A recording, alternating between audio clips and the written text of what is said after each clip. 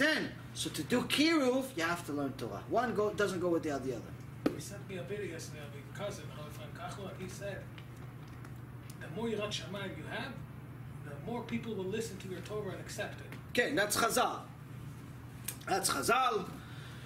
The biggest thing, the biggest, most important thing for someone that's a Mezakeh Rabim, someone that teaches the public, someone that wants people to listen to the words that are coming out of his mouth, has to come from Yirat Shamayim. Without Yirat Shamayim, there's no chance for anyone to listen to you. And this is actually one of the biggest problems of this current generation. And this is pure siyat lishmai that you asked me this because I was trying to figure out how to connect it to this lecture. You asked me this question, so I answered it. Now, most people think that the problem with teaching only began in this generation. It's a mistake. Rabbi Israel Misalant, who lived in almost 200 years ago, started the Musar movement. And even though he didn't write a book, he wrote many letters. And his students kept those letters, and one of his main disciples, Rabbi Yitzchak Blazer, put them all together. And it's an amazing book. Unfortunately, it's out of publication, which kind of shows you how that this mistake is continuing. It's called Or Israel. I had to buy this second hand because they don't sell it in the market. And this book, Bezrat Hashem, maybe the next series after we finish Pirkei Avot. Okay. So in essence, when someone is telling you, don't fear Hashem, he's telling you, don't believe in Hashem. That's what he's telling you. Because Chazal here is telling you that without fearing Hashem, there's no connection. It's a one-pronged club. The Rambam in Mishneh Torah, Yesodei Torah, chapter 1, says the following. He says that there are two verses in the Torah that seem to contradict each other. The first one indicates that the heavenly fear brings a person to performance of mitzvot, as it says in Sefer Dvarim, Deuteronomy chapter 10, verse 12 and 13. It says, now, O Israel, what does Hashem your God ask of you? Only to fear Hashem your God, to observe the commandments of Hashem and His decrees. So here we learn, Hashem said, what does Hashem want from us? He wants us to fear Him, which Rambam says, after that it says to serve His commandments. So in essence, fearing Hashem leads us to doing His commandments. But on the other hand, the second verse teaches us that we are only commanded to perform the mitzvot in order to fear Hashem. It's also written in Deuteronomy chapter 6 verse 24. Hashem commanded us to perform all of these decrees to fear Hashem your God. So the Rambam explains so how do we explain this contradiction? On one hand he's telling us fear Him so you do the mitzvot. On the other hand he's telling them do the mitzvot so you can fear Him. It seems like there's two opposites. Which one comes first? So he says the following. He says the resolution to this contradiction lies in the fact that there are three different tiers of fear. The first one is the beginning, which precedes the observance of the mitzvot. This is the fear of the king, which prevents a person from transgressing his directives. This is yirat ha'onesh. This is fear of punishment. Outright saying you're not going to do anything until you're afraid of punishment. We'll explain in more detail in a second. It is concerning this level of fear that we read in Pirkei Avot. Rabbi Chanina ben Dosa says anyone who fears of sin takes precedence over his wisdom. Anyone whose fear of sin takes precedence over his wisdom will endure. The second tier of the end is that this is true fear. This is yirat aromemut, fear of His majesty, of His divine majesty, meaning that a man cannot attain this level until he first performs all of the mitzvot. After reaching this stage, a person then shifts to the virtue of love, for a person can only love the Almighty after first coming to fear Him. Explanation in simple English is this. Rambam and Rabbi Israel Misalant and his disciple is telling us the following. To say that you're going to love Hashem by skipping Yirat Hashem is impossible. Because as soon as you want to love something, first you have to identify what it is. What it is. You can't say, I love her, and you don't know who her is. You can't say, I love him, but you've never met him, saw him, heard of him, or even anything. You have to know what you're dealing with. There has to be a connection. In order to have a genuine connection with Hashem Yitbarach, obviously, you have to identify him as the creator.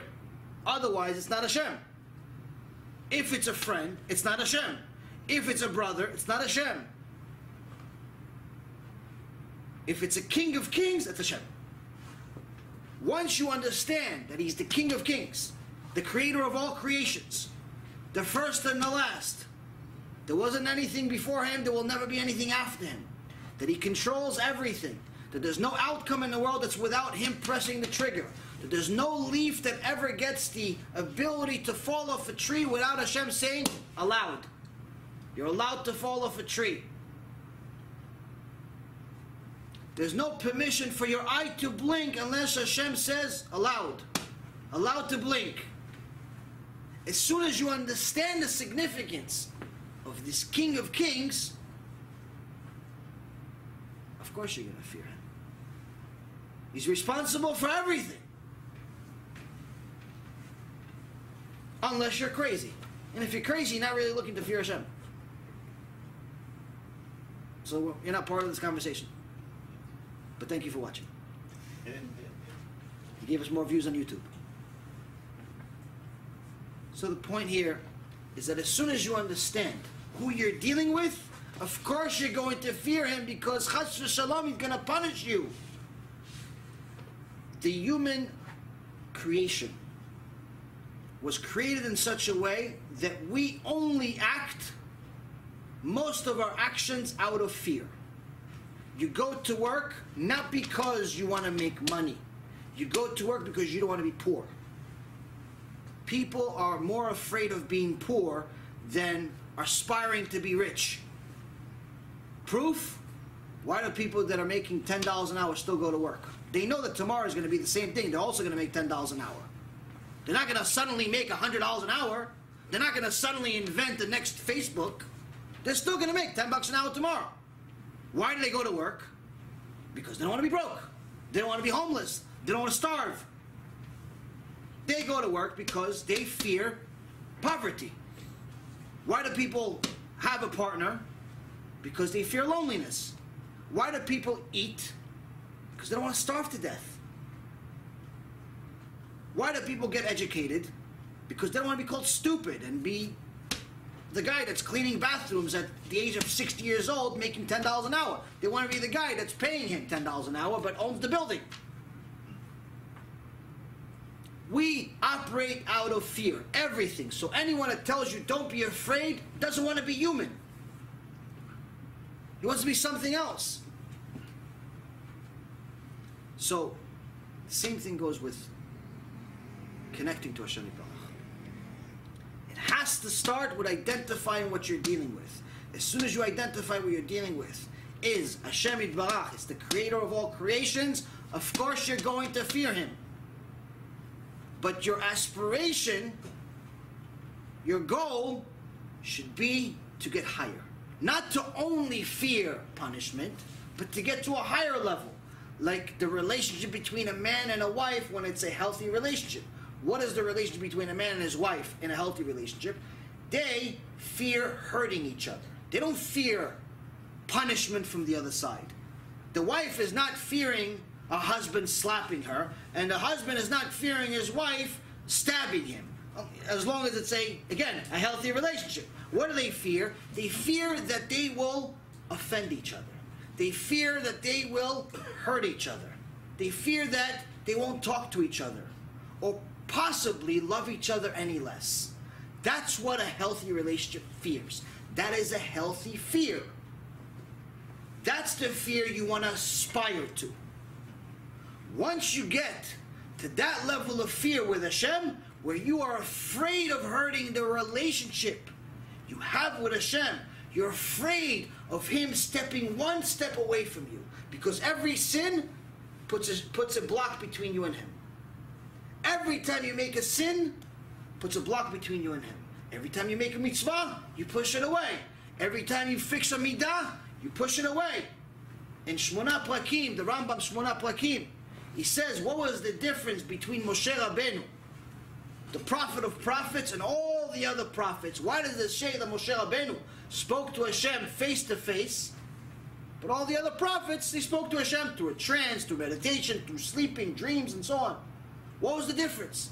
Moshe Rabbeinu, the Rambam says, purified his midot to such an extent that the only thing that was separating him and Hashem was like a blurry glass. Whereas all the other prophets didn't purify themselves to that extent, and it was thicker.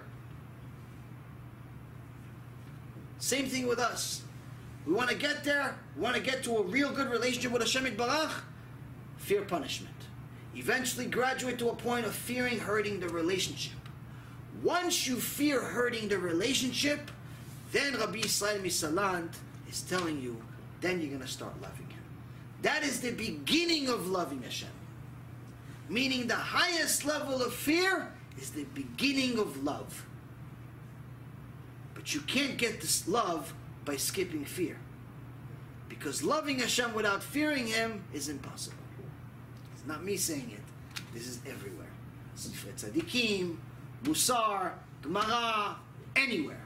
So how do you explain so much teaching today of all these people with long payas telling you, love Hashem, love Hashem.